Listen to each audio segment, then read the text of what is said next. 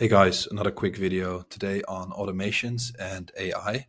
And yeah, I wanted to share two use cases that a bunch of my clients are always interested in. One is to boost and increase lead gen, and the other is to reduce deal leakage in the sales funnel. So let's start with the deal leakage mitigation automation. And this really works pretty much in any CRM. But today we'll go through it in the HubSpot version.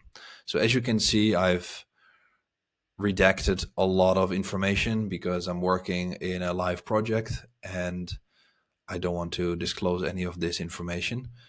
But the thing that I want to show you that's still visible is a deal here in the pipeline that has a label.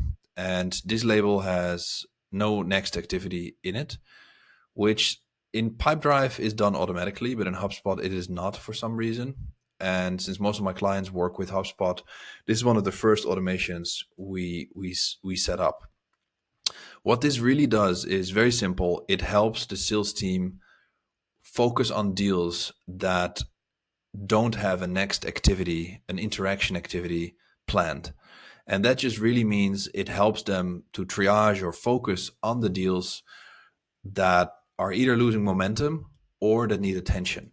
And by making a label like that in the deals, it is very easy to see from a color coding perspective which deals need attention because they haven't planned any next activity, and which deals are on autopilot and can be left alone. And so the automation is native. This is an internal automation inside of HubSpot. And the way it works is you set up a trigger that says something along the lines of, if recent activities are absent in excess of, call it 4 days or 5 days, if no new activities have happened to a deal for more than 5 days, mark it as no activity. That can be done for activities that have taken place in the past. The ones that you see here, no next activity, is obviously catered towards the future and is very powerful as well, because that really just can rewire the mindset of the BDR team to only stop working on a deal the moment you have a next activity planned. And when you forget to do that, the label will show.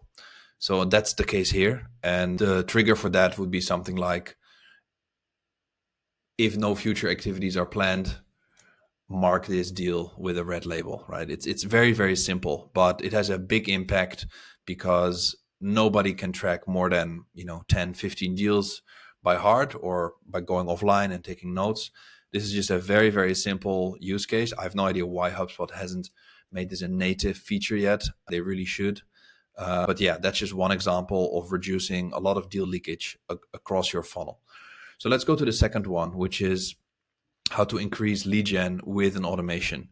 So some of my clients focus on outbound motions when it comes to lead generation on the marketing side. And that means they're sending a lot of emails or LinkedIn messages, or they're doing cold calls, and often a combination of those. But it's very time consuming. Now, you can obviously automate all of that into an external email program, and then you get a pretty boring and low response rate because there's just so much spam coming into inboxes of decision makers these days that you have to figure out a good balance between a customization aspect of these messages, but at the same time make it very scalable. And so what you can do in HubSpot is actually create an attribute in the, let's say you work with the atomic record of deals. So you work with deals inside of your pipeline. And of course, every deal has a contact associated with it. The moment one of your BDRs feels that enough research and enough context has been gathered around that deal to move it to the, let's say, outbound stage to actually start reaching out to them, this is the moment where often people have to leave HubSpot and then go into Gmail and start writing an email. What you can do also is, of course, integrate with the Gmail application, but still it doesn't give you a tailored response, or a tailored message to the type of ICP or ideal customer profile. So what you can do is generate a dropdown with a bunch of preset scripts essentially. And so if you know that you're going after, let's say, technicians within telco companies, as an example. You might have different geographies, you might have different markets, you might go after people in North America, maybe Canada, maybe UK, maybe France, what have you. And so let's say that you want to tailor the message depending on the language. Obviously, going into France, you want to have a French message. You will create a bunch of scripts, pre-populate them in the appropriate message, and within HubSpot you can click the right script in the drop down and automatically draft a message inside of Gmail. So that just means you can batch all of that work. And since context switching is a huge energy drain for a lot of SDRs, especially if they're not that experienced yet, which many of them aren't, it is very helpful to batch work for them. So as a sales manager or VP of sales, you have to think through, okay, how can I make these folks the most productive? And is that between having them switch between different apps and different screens every other deal? The answer is obviously no. And so what you probably want to do is, hey, in the morning, do an hour, do 2 hours of research. Make sure that every time you have identified an opportunity in the CRM, you attach the appropriate outbound script. You do that with this drop-down automation. And then in the next part of the day, let's say after an hour or so, you can move over to Gmail, go into the drafts folder, and then obviously have all of these messages lined up, ready to go.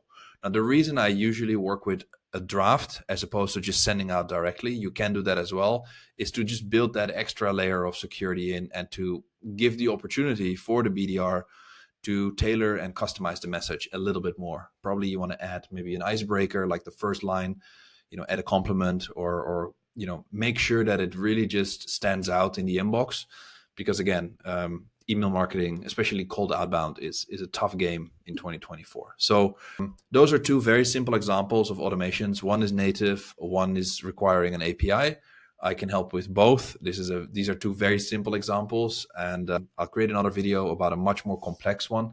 But I hope this was helpful. And if you want anything in terms of advice, or just talk to me, a soundboard on certain strategies around anything revenue operations, I'd be happy to do so. Feel free to book a call. So see you in the next one. Thank you.